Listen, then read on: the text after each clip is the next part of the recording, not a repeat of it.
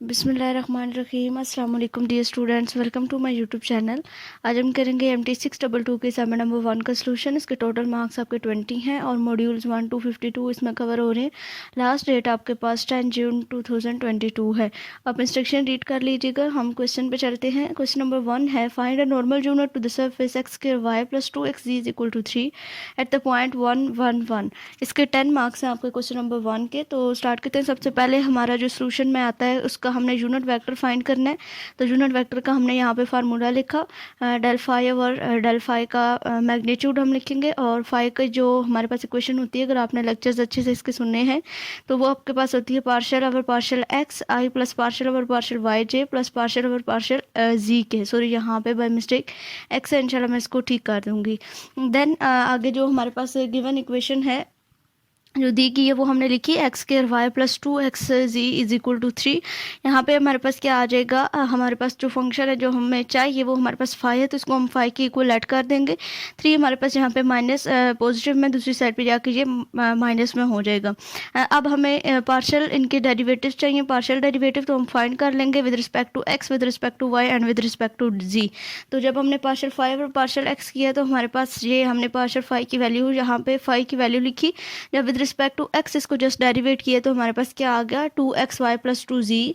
Then इसको with respect to y हमने derivative इसका लिया तो देन हमारे पास आ गया x square. With respect to z हमने डेरिवेटिव ली तो हमारे पास क्या आ जाएगा, 2x आ जाएगा। Del phi is equal to जो हमारे पास अब इक्वेशन हमने स्टार्टिंग में लिखी थी, पार्शियल ओवर पार्शियल एक्स आई partial over partial y j plus partial over partial g के। इसका ये जो है साथ आपके यूनिट वेक्टर्स हैं, ठीक है।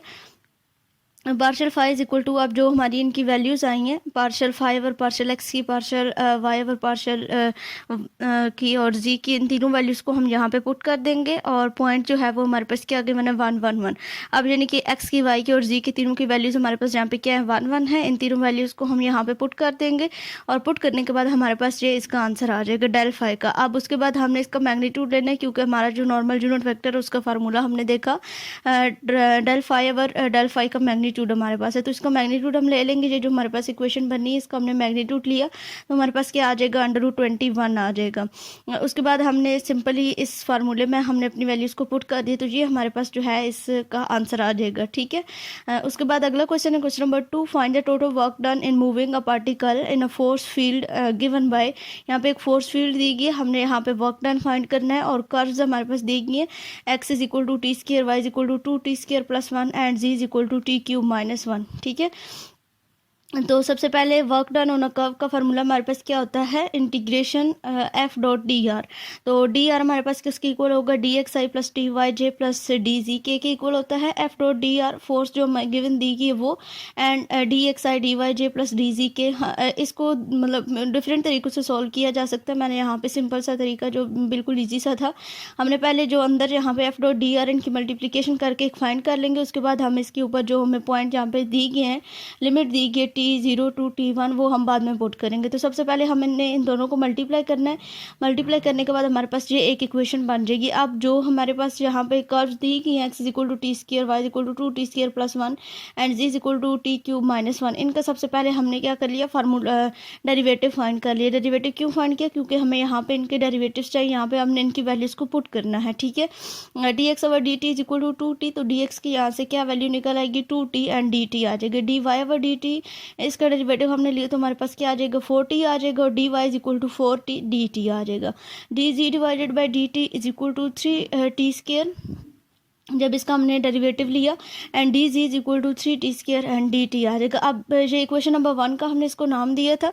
इस इक्वेशन में हमने ये सारी वैल्यूज़ को पुट कर दिया है। वैल्यूज़ को पुट करने के बाद इनको हमने सिंप्लीफाई किया तो हमारे पास ये एक इक्वेशन बन गई है, ठीक है।